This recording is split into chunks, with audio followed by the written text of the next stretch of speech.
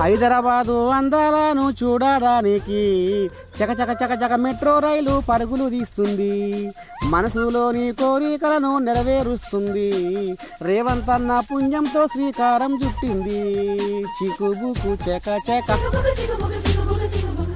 ఏంది హైదరాబాద్లో గతం నుంచే కదా మెట్రో రైలు ఉంది.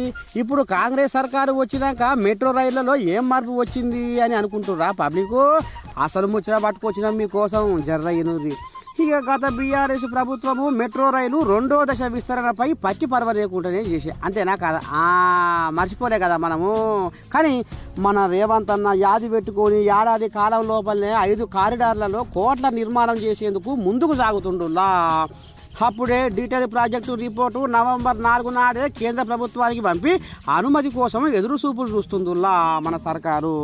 ఇక చింతమడక చింటూ ఆనాడు 2వ దశలో ప్రతిపాదించిన 3 కారిడార్లను రద్దు చేసి మన నగరంలో అన్ని ప్రాంతాలకు మెట్రో రైలు సేవలు అందుబాటులో ఉంచాలని కంకణం కట్టుకుంటుల్లా మన రేవంత్ అన్న.